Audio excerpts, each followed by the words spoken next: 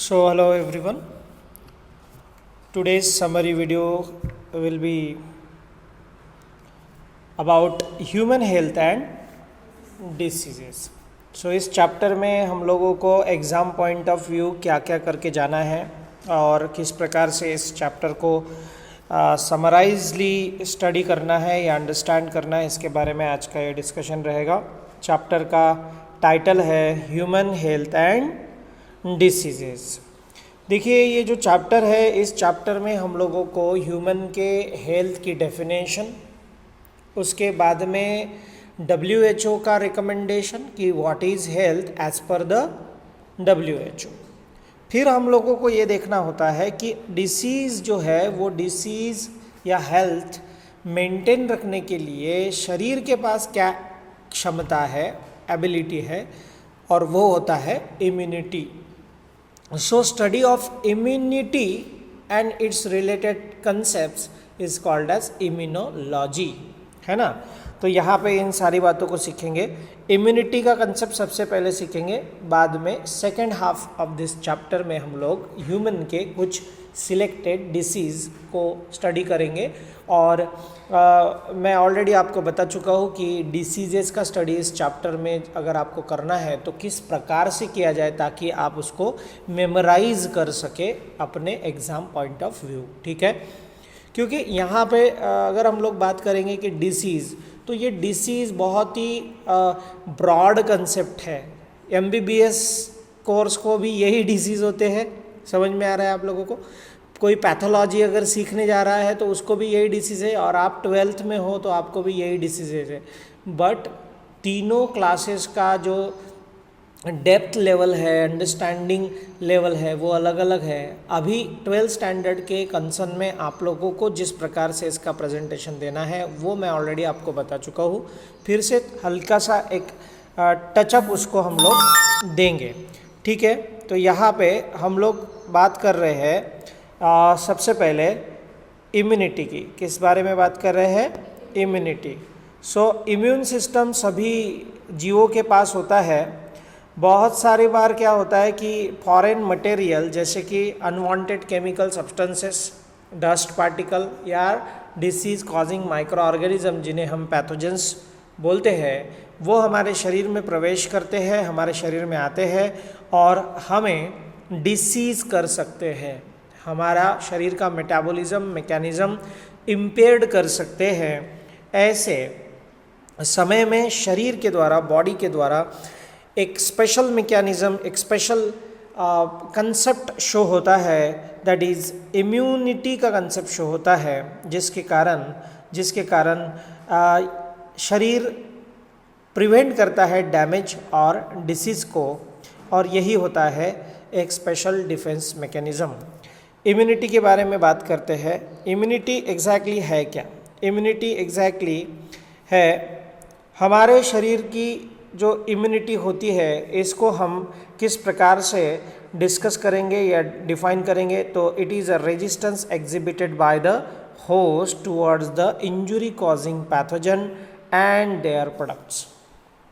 ये एक आप करके जाएंगे कि इम्यूनिटी एग्जैक्टली ट्रेडिशनली किस प्रकार से उसको हम डिफाइन कर रहे हैं कि ये एक प्रकार से रेजिस्टेंस है जो कि शरीर के द्वारा, मतलब ही होस्ट की बॉडी द्वारा। होस्ट कौन होता है? जिसको रोग होता है, जिसको डिसीज़ होता है, जिस पे माइक्रोब्स अटैक करते हैं, वो होता है होस्ट।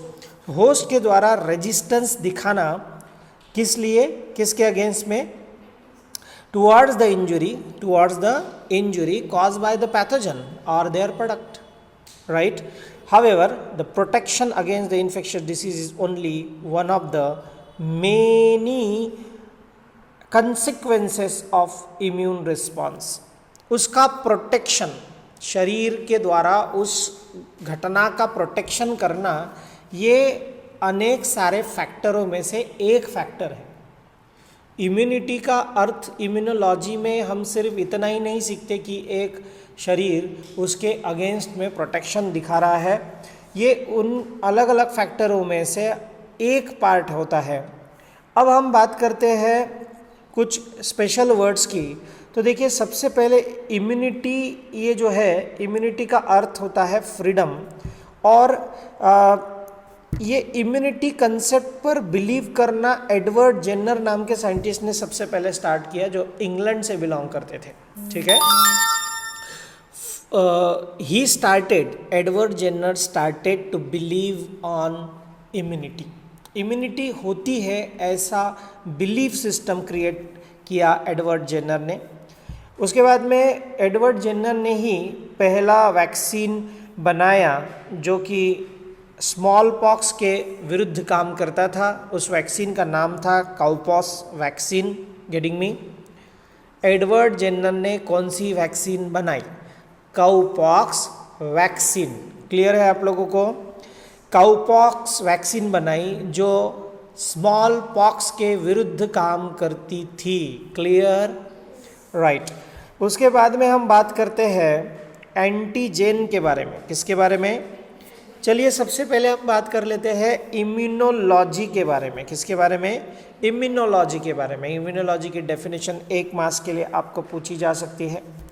इम्यूनोलॉजी क्या है? इम्यूनोलॉजी एक साइंस की ब्रांच है जिसमें स्टडी होता है इम्यून सिस्टम का, immune responses to foreign substances and their role in resisting infection by pathogens. आप ये डेफिनेशन लर्न करके जाएंगे।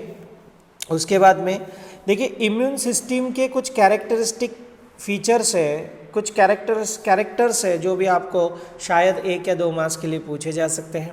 वो कैरेक्टर कौन से है? एक है immune system distinguish self and non self material. Immune system self और नॉन सेल्फ मटेरियल को डिफ्रेंशिएट कर सकता है। This system can understand, can identify the self material or foreign material so that it will react against them, है ना। उसके बाद में इम्यून सिस्टम डिफ्रेंशिएट कर सकता है बॉडी सेल और इन्वेडर्स के बीच में। कोई भी फॉरेन सब्सटेंस जो शरीर में आ रहा है और स्टिमुलेट कर रहा है इम्यून रिस्पांस को, उसको हम बोलेंगे एंटीजन। तो हमारी सेकंड डेफिनेशन क्या हो गई? एंटीजन। आपको क्लियर कट 1 मार्क्स के लिए एंटीजन की डेफिनेशन और एंटीबॉडी की डेफिनेशन करके जाना है। एंटीजन की डेफिनेशन क्या है? Any foreign substance invading body and capable of stimulating N immune response. ये हो गई एंटीजन की डेफिनेशन। और दूसरा उसके विरुद्ध काम करने वाला फैक्टर है एंटीबॉडी, जो कि शरीर के द्वारा निर्माण होने वाले एक प्रोटीन्स होते हैं, ये इम्यूनोग्लोबुलिन्स है। यस और no? So antibodies are the protective chemicals produced by the immune cells in response to the antigen. Clear हो गया इतना? उसके बाद में आपको क्या करना है? उसके बाद में आपको करना है टाइप्स ऑफ इम्यूनिटी। इम्यूनिटी के 2 टाइप है, एक है इनेट इम्यूनिटी और दूसरा है एक्वायर्ड इम्यूनिटी। एक है इनेट इम्यूनिटी और दूसरा है एक्वायर्ड इम्यूनिटी। देखिए इनेट इम्यूनिटी के बारे में बात करते हैं। इनेट इम्यूनिटी और एक्वायर्ड इम्यूनिटी का डिफरेंस भी आपको नोट्स में से कर लेना है। जैसे आप डिफरेंस फॉर्म में करेंगे आपको दोनों कंसेप्ट समझ में आ जाएंगे। चलिए थोड़ा सा हाईलाइट भी करते हैं कि इनेट इम्यूनिटी जो है वो किसी भी रेजिस्टेंस, किसी भी इन्फेक्शन के अगेंस्ट में रेजिस्टेंस दिखाती है और हर इंडिविजुअल के पास ये उसके जेनेटिक मेकअप के द्वारा ही प्रेजेंट होती है। मतलब उसके माता पिता के ओर से इसको ये प्राप्त हो जाती है, इसे अलग से डिज़ाइन करने की ज़रूरत नहीं पड़ती। Every individual has this type of property or this type of ability to fight with any foreign substances by virtue of their genetic makeup। मतलब उनके जेनेटिक मेकअप में ही ये सब कुछ प्रेजेंट है ऑलरेडी। ये एक प्रकार से नेचुरल डिफेंस सिस्टम है शरीर का। तीसरा पॉइंट है कि it is not affected by prior contact with micro organism और इम्यूनाइजेशन। ये किसी भी प्रकार से अलग अलग से रिस्पांस शो नहीं करते, ये बिल्कुल एक जैसा रिस्पांस शो होता है। आइदर माइक्रो ऑर्गेनिज्म इसके पहले कभी अटैक किया हो या ना हो, ये ऑल टाइम हर समय एक ही प्रकार से अपना डिफेंस दिखाता है। कौन सा है? Innate immunity. दूसरा है कि इसके लिए किसी भी प्रकार का इम्यूनाइजेशन की ज़रूरत नहीं होती, मतलब लसीकरण जिनको हम बोलते हैं, है ना, टीकाकरण जिसको हम बोलते हैं, ये इसमें कंपलसरी नहीं है, क्योंकि ये इम्यूनिटी इनबॉर्न है और इस पे कोई फ़र्क नहीं पड़ता आइदर माइक्रो ऑर्गेनिज्म ने इसके पहले इन्फेक्ट किया है या नहीं किया है, या इस व्यक्ति का इम्यूनाइजेशन हुआ है या नहीं हुआ है। उसके बाद में ये नॉन स्पेसिफिक टाइप की इम्यूनिटी है। उसके बाद में जनरल प्रकार से ये डिफेंस मैकेनिज्म शो करती है, और ये एक प्रकार से स्पेसिफिक होता है। Resistance to the particular pathogen is concern. One form of innate immunity comprises various types of barrier which prevent the entry of foreign agent into the body. फिर इसके कुछ उदाहरण अगर आपको पूछे जाते हैं तो आप कौन से उदाहरण देंगे? तो इसके उदाहरण का अर्थ होता है कि इनेट इम्यूनिटी जो है, इनेट इम्यूनिटी कुछ बैरियर के द्वारा अपना इफेक्ट शो करती है, अपना एबिलिटी शो करती है। तो उसमें सबसे पहला नंबर आपको पूछा जाएगा, discuss the innate immunity in detail for 3 marks. या तो आपको पूछा जाएगा 4 मार्क्स के लिए question, discuss the innate immunity in detail along with the help of with reference to its barriers, है ना। तो 5 बैरियर आपके सामने है। पहला बैरियर है एपिथेलियल सरफेस। पहला बैरियर कौन सा है? Epithelial surface. पहला बैरियर है एपिथेलियल सरफेस। दूसरा जो है वो बैरियर रहेगा इसमें anti microbial substances in blood and tissue. Anti microbial substances in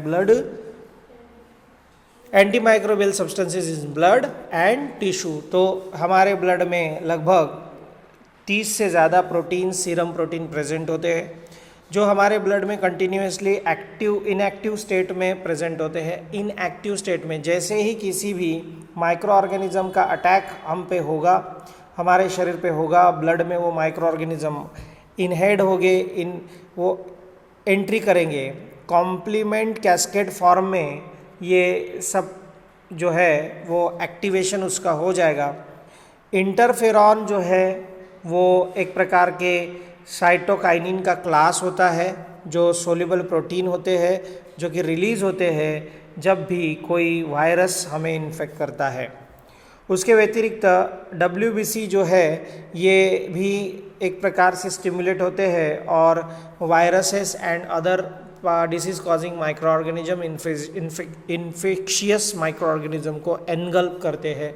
ये हो गए हमारे ब्लड में के कुछ सेल्स और कुछ फैक्टर्स। तीसरा जो कंपोनेंट है, तीसरा जो फैक्टर है जो इनेट इम्यूनिटी का रिप्रेजेंटेटिव है, वो है cellular factor in innate immunity. देखिए, नेचुरल जो डिफेंस है वो ब्लड और टिश्यू में जो इन्वेड होने वाले माइक्रो ऑर्गेनिज्म है, अटैक करने वाले माइक्रो ऑर्गेनिज्म है, जिनको हम फॉरेन पार्टिकल्स भी बोल सकते हैं, वो लार्ज एक्सटेंट में बहुत बड़े लेवल पर फैगोसाइटिक सेल के द्वारा क्या किए जाते हैं? इंजेस्ट किए जाते हैं, खा लिए जाते हैं, डिस्ट्रॉय किए जाते हैं, राइट। दूसरा है ये जो फैगोसाइटिक सेल्स होती है हमारे शरीर में, जो कि जिनको माइक्रोफेजेस एंड मैक्रोफेजेस में कैटेगराइज किया गया है। जो भी हमारे शरीर में कि फैगोसाइटिक मतलब ये जो इन्वेडिंग सब्सटेंसेस होते हैं जो कि हमारे शरीर में इन्फेक्शन प्रोड्यूस करते हैं, उनको वो डायरेक्ट खा लेते हैं। इनके 2 प्रकार होते हैं, एक माइक्रोफेजेस और दूसरा मैक्रोफेजेस। देखिए, इसमें एक प्रश्न आपसे पूछा जा सकता है कि फैगोसाइटिक सेल की डिस्कवरी किसने की? तो वो आपको साइंटिस्ट का नाम उसमें हाईलाइट करके लिखना है। देखिए, दूसरा कंसेप्ट जो ये है कि लिम्फोसाइट जो कि नेचुरल किलर सेल्स है, ये इम्पॉर्टेंट नॉन स्पेसिफिक डिफेंस दिखाते हैं against the viral infection and tumours. ठीक है, ये भी एक हाईलाइटिंग लाइन आप ध्यान में रखेंगे। 4 नंबर का फैक्टर है फीवर। हमारे शरीर में किसी भी नेचुरली या फिर किसी भी प्रकार से इन्वेड करने वाले micro organism, disease causing micro organism के विरुद्ध बॉडी का टेम्परेचर बढ़ाकर बॉडी क्या करती है? अपना डिफेंस दिखाती है। ये एक नेचुरल डिफेंस मैकेनिज्म है। कौन सा? फीवर आना। और ये एक प्रकार से फिजियोलॉजिकल प्रोसेसेस जो है हमारे शरीर की वो एक्सेलरेट होती है, मतलब बढ़ जाती है। हमारे शरीर की फिजियोलॉजिकल प्रोसेसेस क्या हो जाती है? फास्ट होती है, बढ़ जाती है, और इसी के कारण टेम्परेचर बढ़ता है और इन्वेडिंग पैथोजेंस मर जाते हैं, डिस्ट्रॉय हो जाते हैं।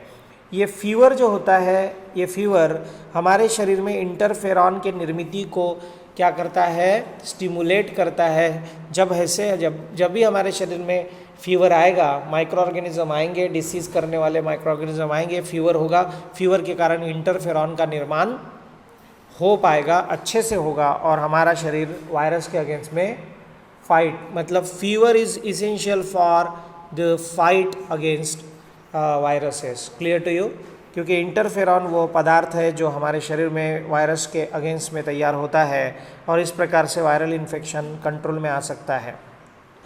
बेटा 5th नंबर का जो पॉइंट है वो है एक्यूट फेज प्रोटीन। ये स्पेशल टाइप के प्रोटीन होते हैं जो प्लाज्मा प्रोटीन का कॉन्सेंट्रेशन है इंक्रीज होता है, plasma protein collectively called as acute phase protein. जैसे ही हमारे शरीर में इंजरी होती है, इंजरी होने के बाद तुरंत प्लाज्मा प्रोटीन कॉन्सेंट्रेट होता है और उसे एक्यूट फेज प्रोटीन बोला जाता है। देखिए इसमें जो है ये C reactive protein, that is CRP, mannose binding protein, alpha 1 acid glycoprotein, serum amyloid protein इत्यादि एक्सेट्रा इन्वॉल्व होते हैं। तो आपको specially exam point of view, entrance point of view, ये जो 4-5 एग्जाम्पल्स दिए हैं इनको लिस्ट आउट करके लिखना है। आप देख रहे हैं कि एक्यूट फेज प्रोटीन जो है ये स्पेशली होस्ट का जो रेजिस्टेंस है, prevent tissue injury, host resistance जो शरीर का जो रेजिस्टेंस पावर है उसको बढ़ाता है और इंजरी को प्रिवेंट करता है। उसके व्यतिरिक्त इन्फ्लेमेटरी जो लेशंस है उनको ये प्रमोट करता है, रिपेयर करता है। ठीक है, इस प्रकार से ये पूरा कंसेप्ट जो था वो था इनेट इम्यूनिटी का। इसके बाद में जो सेकंड सेगमेंट इस चैप्टर का है, मतलब इम्यूनिटी वाला सेकंड सेगमेंट, वो है एक्वायर्ड इम्यूनिटी। एक्वायर्ड इम्यूनिटी शरीर के द्वारा जन्म के बाद जैसे जैसे शरीर पे अलग अलग प्रकार के पैथोजन का अटैक होता है, शरीर उस रिस्पांस के विरुद्ध उसको response as a response innate acquired immunity का डेवलपमेंट करती है। ठीक है, एक्वायर्ड इम्यूनिटी का डेवलपमेंट करती है। देखिए ये ड्यूरिंग द लाइफ डेवलपमेंट होता है, इसे ही एक्वायर्ड इम्यूनिटी बोला जाता है। इसे एडाप्टिव इम्यूनिटी या स्पेसिफिक इम्यूनिटी के नाम से भी जाना जाता है। ठीक है, उसके बाद में हमारे शरीर में एंटीबॉडी का निर्माण इस प्रकार के इम्यूनिटी में होता है जो कि किसी भी एंटीजन को न्यूट्रलाइज करने का काम करते हैं।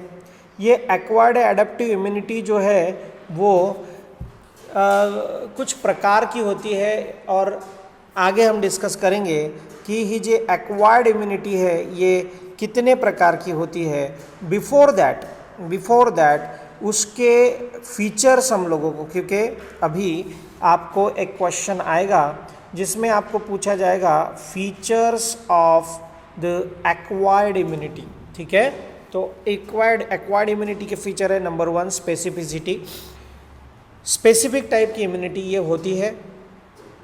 अगर टाइफाइड का पैथोजन है तो टाइफाइड के स्पेशल पैथोजन्स के विरुद्ध काम करने वाले एंटीबॉडीज़ इस इम्यूनिटी में तैयार होंगे। अगर मलेरिया का पैथोजन है तो मलेरिया के लिए स्पेसिफिक तो specific type of antibodies are produce for the specific type of antigens. इस व्यतिरिक्त डाइवर्सिटी शो करते हैं, मतलब कि वास्ट डाइवर्सिटी इनमें होती है। अलग अलग प्रकार के फॉरेन मटेरियल या फॉरेन मॉलिक्यूल या फिर अलग अलग प्रकार के पैथोजन के विरुद्ध ये काम करते हैं।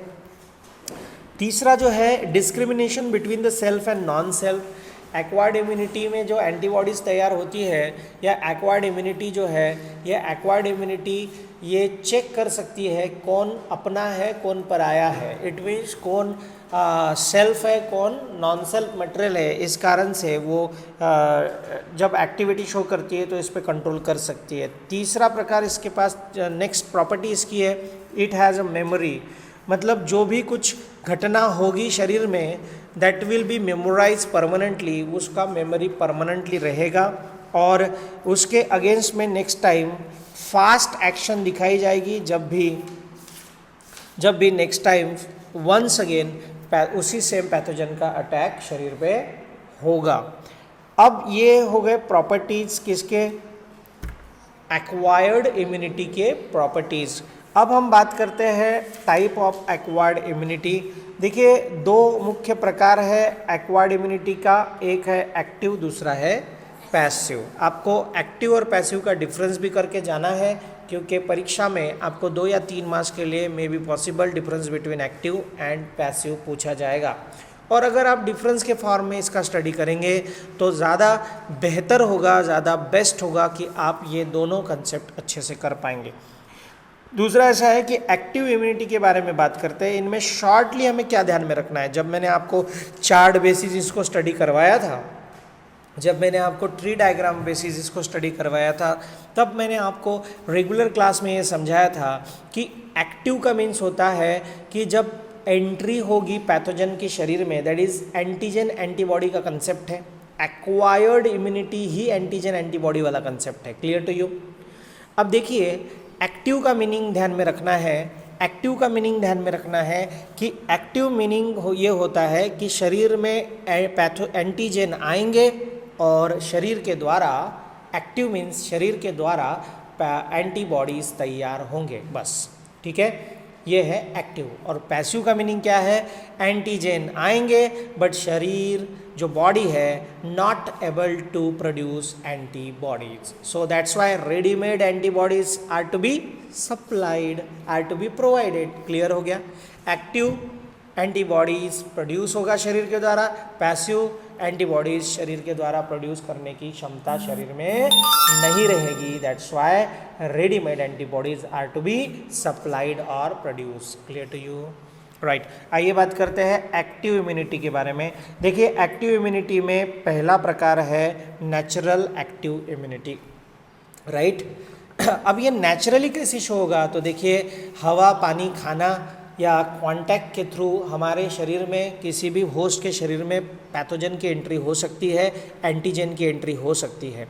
और जब भी ये एंटीजन हमारे शरीर में आएंगे तो शरीर नेचुरली इनसे इन्वेड होगा, इनके द्वारा अटैक्ट होगा और उसके विरुद्ध शरीर अब क्या बनाएगा, एंटीबॉडीज़ बनाएगा। ठीक है, इसके लिए। और इस प्रकार के ये लॉन्ग लास्टिंग टाइप की इम्यूनिटी होती है। अगर कोई भी व्यक्ति फर्स्ट टाइम किसी भी डिसीज़ से अटैक हुआ है और उसके विरुद्ध एंटीबॉडीज़ बने हैं तो नेक्स्ट टाइम उस डिसीज़ के लिए इसके पास जीवन भर क्या रहेंगे, एंटीबॉडीज़ का मेमोरी रहेगा, एंटीबॉडीज़ रहेंगे। ठीक है, इसके मीजल्स वगैरह कुछ एग्जाम्पल है। दूसरा देखते हैं आर्टिफिशियल एक्वायर्ड इम्यूनिटी।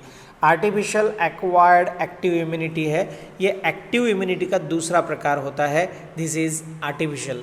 इस केस में नेचुरली एंटीजन अंदर जाएंगे, शरीर में प्रवेश करेंगे, बॉडी में एंट्री करेंगे, बट बॉडी के द्वारा क्या, सॉरी एक्सट्रीमली सॉरी, ये आर्टिफिशियल एक्टिव है। आर्टिफिशियल एक्टिव शरीर में जब भी, देखिए इसका कंसेप्ट थोड़ा सा अलग है, बट आपको आर्टिफिशियल एक्वायर्ड एक्टिव इम्यूनिटी जब भी आप स्टडी करेंगे तो शॉर्टकट में उसके सामने वैक्सीन लिख के रखेंगे। क्या लिख के रखेंगे?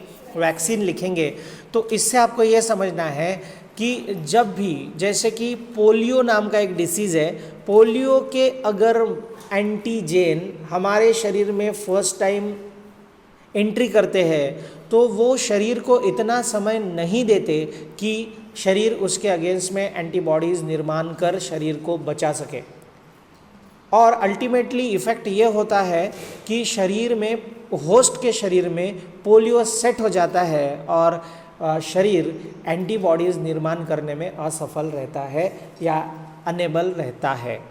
इसी कारण साइंटिस्ट लोगों ने क्या समझा कि अगर हम आर्टिफिशियली पैथोजेंस को उनको नॉन पैथोजेनिक बनाकर शरीर में भेजें किसी प्रकार से, समझ में आ रहा है, तो शरीर उनको पैथोजन समझेगा, एंटीजन समझेगा और शरीर अपना काम स्टार्ट कर देगा। बट एक्चुअल में ये नॉन पैथोजेनिक एंटीजेंस रहेंगे। ये कैसे रहेंगे? नॉन पैथोजेनिक एंटीजेंस रहेंगे। और इसी का जो प्रिपरेशन साइंटिस्ट लोगों ने बनाया उसको बोला गया वैक्सीन। क्या बनाया? वैक्सीन बनाया गया। तो इसलिए आर्टिफिशियल एक्वायर्ड एक्टिव इम्यूनिटी को आप वैक्सीन के रूप में ध्यान में रखेंगे। ये एक कंसेप्ट है। और आप जितने भी टाइप के फिर वैक्सीन आते हैं उन डिसीज़ेज़ के नाम यहाँ पे आराम से लिख सकते हो और उन डिसीज़ेज़ के वैक्सीन को भी आप आराम से एग्जाम्पल के लेवल पर लिख सकते हो। ठीक है। उसके बाद में दूसरा सेगमेंट है एक्वायर्ड इम्यूनिटी का पैसिव इम्यूनिटी। पैसिव इम्यूनिटी का कंसेप्ट मैंने आपको बताया कि शरीर में एंटीजन का एंट्री होगा बट बॉडी और host body is not able to produce antibody itself. शरीर अपने खुद शरीर के द्वारा एंटीबॉडीज़ नहीं बना पाएगा। और पैसिव इम्यूनिटी जो है ये फिर से दो प्रकार का होता है। एक है नेचुरल पैसिव और दूसरा है आर्टिफिशियल पैसिव। तो नेचुरल पैसिव के बारे में जब हम बात करते हैं, देखिए नेचुरली क्या होता है, before birth maternal antibodies are transferred from mother to foetus through the placenta. जब शरीर मतलब कोई लेडी प्रेग्नेंट होती है और उसके वुम्ब में उसका फीटस ग्रो हो रहा होता है तो बहुत बार ऐसा होता है कि मैटरनल एंटीबॉडीज़ जो है वो उसके बच्चे के मतलब फीटस के शरीर में एंट्री करता है थ्रू द प्लासेंटा। तो ये एक हो गया आर्टिफिशियल नेचुरल पैसिव इम्यूनिटी, क्योंकि ये प्रक्रिया जो है ये आर्टिफिशियल नहीं है, ये नेचुरल प्रक्रिया है कि मदर के द्वारा न्यूट्रिशन ग्रोइंग फीटस को मिलना। तो इसी सेम कंसेप्ट के अंडर नेचुरली मदर की एंटीबॉडीज़ ग्रोइंग फीटस के बॉडी में प्लासेंटा के थ्रू पास ऑन हो जाती है। Getting me? इसी का दूसरा जो उदाहरण है वो है कि जब डिलीवरी हो जाती है तो पार्चुरेशन दैट इज़ लैक्टेशन का समय आता है और during the feeding mother's antibodies are get into the baby's body. Yes और नो? तो with the help of mother's milk, first milk, antibodies are get received by baby from the mother, है ना। और ये बहुत ही शॉर्ट टाइम के लिए रहता है और इसलिए नेचुरल एक्वायर्ड पैसिव इम्यूनिटी ये शॉर्ट लिव्ड होती है। क्लियर? तो ये हो गया नेचुरल पैसिव। अब हम थोड़ा आर्टिफिशियल पैसिव पे आते हैं। बिल्कुल आपको उसका एक एग्जांपल ध्यान में रखना है। किसी भी एक्सीडेंटल पर्सन को एक्सीडेंट के अंडर में ये कंसेप्ट ज़्यादातर यूज़ किया जाता है। जब भी शरीर की क्षमता समाप्त हो जाती है इम्यूनिटिकल डेवलपमेंट की, तो उसे प्रीवियसली प्रिपेयर्ड एंटीबॉडीज़ जो है, जो सीरम के द्वारा या ह्यूमन के सीरम के द्वारा या एनिमल के सीरम के द्वारा निर्माण की गई एंटीबॉडीज़ उसको दे दी जाती है। तो ये हो गया एग्जाम्पल है। Antibodies obtained from the hyper immunize horses are injected to the human against the rabies pathogen and it is the short lived again. तो passive immunity totally short lived होती है और एक्टिव इम्यूनिटी जो है वो long lasting होती है। Clear to you? Yes. चलिए, तो ये पोर्शन हमने बात की टाइप ऑफ इम्यूनिटी। अब थोड़ा सा बात करते हैं आगे इम्यूनिटी के कौन से सेल होते हैं, इम्यून सिस्टम के कौन से सेल होते हैं। तो आपको सबको पता होना चाहिए। देखिए, दो टाइप के सेल्स इम्यून सिस्टम में होते हैं। एक प्रकार जो उसका है वो है दैट इज़ लिम्फोसाइट्स। पहला प्रकार जो है वो है लिम्फोसाइट और दूसरा प्रकार जो है एंटीजन प्रेजेंटिंग सेल। आपको फिर से 3 मार्क्स का प्रश्न आता है। Discuss in detail the cells of immune system और write a note on cells of immune system. ठीक है, पहला प्रकार है लिम्फोसाइट, पहला प्रकार है लिम्फोसाइट। और लिम्फोसाइट के दो प्रकार होते हैं, एक होता है बी लिम्फोसाइट, दूसरा होता है टी लिम्फोसाइट। बी लिम्फोसाइट को बी लिम्फोसाइट क्यों बोलते हैं? क्योंकि बी लिम्फोसाइट जो है ये कहाँ निर्माण होते हैं? कहाँ निर्माण होते हैं? बी लिम्फोसाइट बोलिए बोन मैरो में निर्माण होते हैं, और वो बोन मैरो में ही मैच्योर्ड हो जाते हैं, इस कारण उन्हें बर्सल और बी लिम्फोसाइट कहा जाता है। T lymphocyte actually bone marrow में निर्माण तो बोन मैरो में होते हैं, पर उसका मैचुरेशन जो है वो थाइमस में जाके होता है, इस कारण से उन्हें टी लिम्फोसाइट्स कहा जाता है। समझ में आया सभी को? राइट। अब ये दोनों प्रकार के लिम्फोसाइट जब मैच्योर हो जाते हैं तो एंट्री करते हैं ब्लड एंड लिम्फ में, that is the body fluid में, और वो सर्कुलेट होते हैं थ्रू आउट द बॉडी, वो सर्कुलेट होते हैं थ्रू आउट द बॉडी। उसके बाद में many of them stay in lymph nodes, उसमें से कुछ लिम्फ नोड में भी रहते हैं। B lymphocyte and T lymphocytes कौन सा प्रकार का इम्यूनिटी तैयार करता है? तो आप देखिए बी लिम्फोसाइट जो है वो ह्यूमरल और एंटीबॉडी मेडिएटेड इम्यून सिस्टम को रिप्रेजेंट करते हैं। Clear to you? देखिए आपको ये समझना है, आपको ये परमानेंट ध्यान में रखना है कि टी लिम्फोसाइट के द्वारा कौन सा इम्यूनिटी शो किया जाएगा और बी लिम्फोसाइट के द्वारा कौन सा इम्यूनिटी शो किया जाएगा। देखिए बी लिम्फोसाइट के द्वारा एंटीबॉडीज़ का प्रोडक्शन होता है, इसीलिए बोला जाता है एंटीबॉडी मेडिएटेड इम्यूनिटी, या इसे ह्यूमरल इम्यूनिटी के नाम से भी जाना जाता है। Clear to you? ठीक है। दूसरा जो है टी लिम्फोसाइट है। टी लिम्फोसाइट के द्वारा सेल मेडिएटेड इम्यूनिटी को शो किया जाता है। कौन सा इम्यूनिटी? सेल मेडिएटेड इम्यूनिटी को शो किया जाता है। ठीक है। अब ये सेल्स हो गई, these are the one of the type of immune system की सेल्स। अब इनका मैकेनिज्म कैसे होता है, ये भी आपको एक बड़ा प्रश्न पूछा जाता है। Discuss the mechanism of action और mechanism of response of T lymphocyte to the antigen, ये पूछा जाता है 2 या 3 मार्क्स के लिए। ठीक है, तो प्रश्न को आप सही ढंग से समझेंगे, सही प्रकार से अंडरस्टैंड करेंगे। जब भी एंटीजन टी लिम्फोसाइट के संपर्क में आते हैं, जब भी एंटीजेंस टी लिम्फोसाइट के संपर्क में आते हैं, एग्जैक्टली टी लिम्फोसाइट अपने क्लोन बनाना स्टार्ट कर देते हैं। टी लिम्फोसाइट माइटोसिस के अंतर्गत अपने क्लोन बनाते हैं और डिफरेंट फंक्शंस तैयार करते हैं, डिफरेंट फंक्शंस के लिए तैयार हो जाते हैं। यहाँ पे जो क्लोन्स बनते हैं टी लिम्फोसाइट के, वो 4 प्रकार के होते हैं। उनके 4 प्रकार होते हैं as per their functions, as per their functions. So last time एक क्वेश्चन भी एग्जाम में हमने डाला था कि name the different types of T lymphocyte, right? तो आपको उनके फंक्शन के साथ साथ उनके नाम लिखना है। देखिए पहला प्रकार है helper T cell. Helper T cell करते क्या है? तो हेल्पर टी सेल लिम्फोकाइनेज नाम का फैक्टर तैयार करते हैं जो कि अलग अलग फंक्शंस परफॉर्म करता है, that is proliferation of other T cell.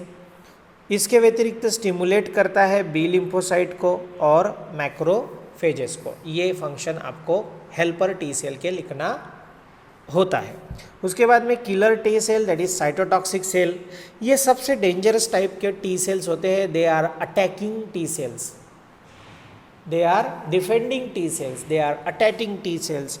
वो क्या करते हैं? ये directly attack and destroy the invading microbes, infected body cells and cancer cells. ये जो किलर टी सेल होते हैं, हमारे शरीर के जो कैंसरस या इन्फेक्टेड सेल होते हैं, उनको वो जिंदा नहीं रखते, वो उनको डायरेक्ट मार देते हैं, किल कर देते हैं, डिस्ट्रॉय कर देते हैं। किस प्रकार से होती है प्रक्रिया? किलर टी सेल बाइंड होते हैं इन्फेक्टेड सेल को और परफोरिन का निर्माण करते हैं। क्या होता है? जो किलर टी सेल है वो कौन से जो इन्फेक्टेड सेल होते हैं या फिर जो इन्वेडिंग सेल्स होते हैं उनको बाइंड होकर वो परफोरिन नाम का जो सब्सटेंस है उसको तैयार करते हैं और इस परफोरिन के कारण उस सेल में इन्फेक्टेड सेल में होल बन जाता है और साइटोलाइसिस हो जाता है। उसका क्या हो जाएगा? साइटोलाइसिस, उसका साइटोप्लाज्म बाहर आ जाएगा और इसके कारण वो सेल मर जाएगी, डिस्ट्रॉय हो जाएगी। इस प्रकार से ही इन सेल को साइटोटॉक्सिक सेल बोला जाता है। मे बी पॉसिबल कि आपको पूछा जाए वो write a note on cytotoxic T cell. So what do you mean by cytotoxic cell? That is killer T cell. Clear है आप लोगों को? उसके बाद में तीसरा प्रकार है सप्रेसर सेल। बहुत बार ऐसा होता है कि हमारी जो किलर टी सेल है ये हाइपर हो जाती है और ये एंटायर इम्यून सिस्टम जो है उसको अपने ही खुद के बॉडी पे ओन बॉडी के सेल्स पर अटैक करने से प्रिवेंट करती है सप्रेसर सेल। नेक्स्ट है memory T cell. Memory T cell जो भी घटनाएं, जो भी एक्टिविटी शरीर में इम्यूनिटिकल कंसेप्ट में हो रही है, इम्यूनोलॉजिकल कंसेप्ट में हो रही है, उसके संदर्भ में हो रही है, उन सभी का मेमोरी रखना इन टी सेल का, मेमोरी टी सेल का काम है। अब थोड़ा सा आगे बढ़ते हैं। अब हम बात करते हैं mechanism of action of B lymphocyte. ये भी आपको 2 मार्क्स का प्रश्न पूछा जाता है कि बी लिम्फोसाइट करते क्या है। आपको क्लियर कट पता होना चाहिए कि बी लिम्फोसाइट के द्वारा ही हमारे शरीर में क्या प्रोड्यूस होता है? एंटीबॉडीज़ प्रोड्यूस होता है। देखिए जैसे ही बी लिम्फोसाइट सेंसिटाइज होंगे, अब बी लिम्फोसाइट का सेंसिटाइज होने के 2 रूट होते हैं। एक डायरेक्ट बी सेंसिटाइज, अगर पैथोजन के कांटेक्ट में आते हैं तो डायरेक्टली भी वो क्या हो सकते हैं? सेंसिटाइज हो सकते हैं। और अगर डायरेक्टली सेंसिटाइज नहीं हो रहे तो हेल्पर टी सेल को पता चला था कि हमारे शरीर में कौन आया है? एंटीजन आया है। तो helper T cell will give a message to B cells, will give a message to B cells and helper T cell के द्वारा भी बी सेल्स क्या हो सकती है? एक्टिवेटेड हो सकती है। और जैसे ही वो स्टिमुलेट हो जाएगी, एक्टिवेटेड हो जाएगी, वो अपनी बहुत सारी कॉपीज़, बहुत सारे क्लोन बनाएगी और वो जो क्लोन बनाएगी उन क्लोन्स को नाम होगा प्लाज्मा सेल्स। ठीक है? सो बी सेल्स के बहुत सारे क्लोन बनेंगे, उनको हम बोलेंगे प्लाज्मा सेल्स। और ये जो प्लाज्मा सेल्स है, ये प्लाज्मा सेल के द्वारा ही ग्लाइकोप्रोटीन का निर्माण होगा एंड उसी को एंटीबॉडीज़ के नाम से जाना जाएगा। क्लियर है आप लोगों को? राइट। और ये हमारे शरीर के संपूर्ण बॉडी फ्लूइड में फैल जाएंगे, दैट इज़ ब्लड और लिम्फ में फैल जाएंगे और एंटीबॉडी के जो मॉलिक्यूल होते हैं वो सेल मेम्ब्रेन या फिर सेल मेम्ब्रेन के साथ अटैच होते हैं या तो फिर फ्रीली प्रेजेंट होते हैं, फ्रीली सर्कुलेटिंग होते हैं हमारे बॉडी फ्लूइड में। इट मीन्स कि antibodies are free living, freely available और कंबाइंड, है ना। तो इस प्रकार से यहाँ पे ये बी लिम्फोसाइट की हमने cell mediated humoral immunity B lymphocyte के बारे में बात की जो एंटीबॉडीज़ का निर्माण करते हैं। अब ये जो फ्री वाले एंटीबॉडीज़ होते हैं ये 3 मेन फंक्शन परफॉर्म करते हैं। ये भी आपको एक सेपरेट 1 मार्क या 2 मार्क्स के लिए प्रश्न पूछा जाता है कि what are the functions of free antibodies. Free antibodies के 3 मेन फंक्शन है। Number 1 agglutination, number 2 opsonization, number 3 neutralization. इसको आप करके जाएंगे। देखिए यहाँ पे पहला प्रकार सेल्स ऑफ इम्यूनिटी का हमने देखा और वो था लिम्फोसाइट्स। उसके 2 प्रकार थे, टी लिम्फोसाइट, बी लिम्फोसाइट। उनको क्यों नाम पड़ा उसका स्टडी करना है, उसके बाद में उनका मैकेनिज्म ऑफ एक्शन का स्टडी करना है। इस प्रकार से ये टोटल प्रश्न 4 मार्क्स के लिए भी आ सकता है। समझ में आया? तो इस प्रकार से आपको लिखना है। अब दूसरा सेगमेंट है दैट इज इम्यून सिस्टम का दूसरा प्रकार सेल का, वो है एंटीजन प्रेजेंटिंग सेल। ये सेल बहुत ही स्पेसिफिक कार्य करता है। एंटीजन प्रेजेंटिंग सेल सबसे पहले तो जो इन्वेडिंग पैथोजेंस है उनको खा लेता है, इट मीन्स एनगल्फ करता है। क्या करता है? फैगोसाइटिक एक्शन होती है, एनगल्फ करता है और उसको प्रोसेस करता है, उस एंटीजन को समझता है, उसका एनालिसिस करता है, उसका अंडरस्टैंडिंग करता है। Clear to you? ये एंटीजन प्रेजेंटिंग सेल उसको प्रोसेस करता है और उसके बाद में वो एंटीजन प्रोसेस होने के बाद उसको अपने सरफेस पे कैरी करता है और फिर उसको डिलीवर करता है सिग्नल, और उसके द्वारा वो सिग्नल डिलीवर करता है for the activation of helper T cell, क्योंकि उसे पता चल चुका होता है कि उसके पास कौन से केमिकल स्ट्रक्चर है। एंड अकॉर्डिंगली पूरा इम्यून सिस्टम ये जान चुका होता है कि इसके पास, एंटीजन के पास इस प्रकार का केमिकल स्ट्रक्चर है और उसी के विरुद्ध एंटीबॉडीज़ बनाने में हेल्प होती है। यस और नो? सो इस प्रकार से ये हो गया इम्यून सिस्टम का दो टाइप, इम्यून सिस्टम के सेल के दो टाइप। देखिए एक कंसेप्ट और है जो एक छोटा सा कंसेप्ट है बट बहुत इम्पॉर्टेंट है, जो हम देखते हैं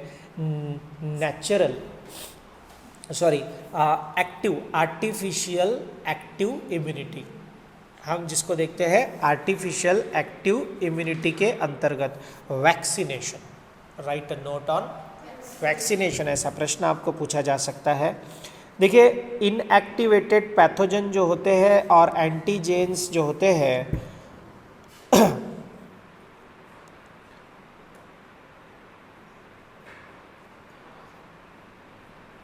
इनएक्टिवेटेड पैथोजेंस को क्या किया जाता है, वैक्सीन के रूप में हमारे शरीर में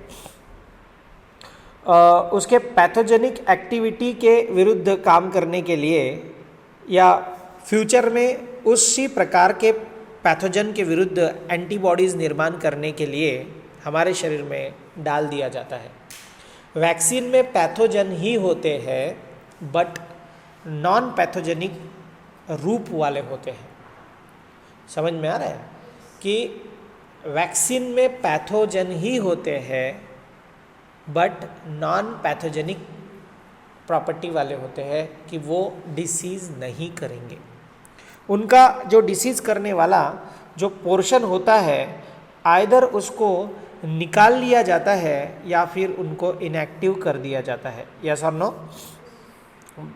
बॉडी की इम्यून सिस्टम जो है वो प्रोटेक्शन करती है against the pathogen that cause infection. It's an efficient system. Most of the time it either keep organisms out or track them down and get rid of them.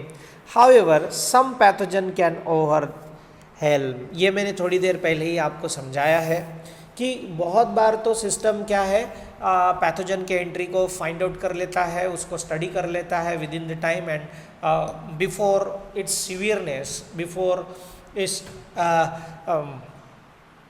फेटल action शरीर उसके against में antibodies बना लेता है। But many of the times some pathogens are not giving that chance to the body, है ना, वो chance body को नहीं मिलता।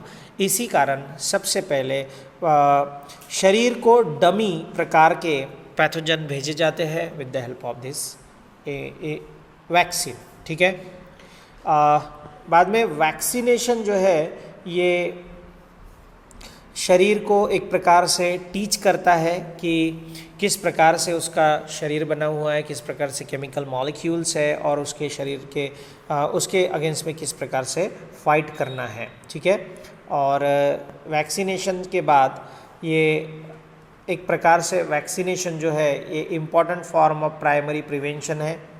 वो प्रोटेक्ट करता है लोगों को from getting sick. Vaccination has allowed us to control the diseases like measles, polio, tetanus, whooping cough that once threatened many lives. बहुत सारे लोगों को जिन लोगों ने क्या किया, डिस्ट्रॉय कर दिया। जिन लोगों ने जिन प्रकार के पैथोजेंस ने जिस प्रकार के डिसीजेज ने डिस्ट्रॉय कर दिया, समाप्त कर दिया, है ना, ऐसे डेंजरस डिसीज़ के विरुद्ध वैक्सीन तैयार किए गए।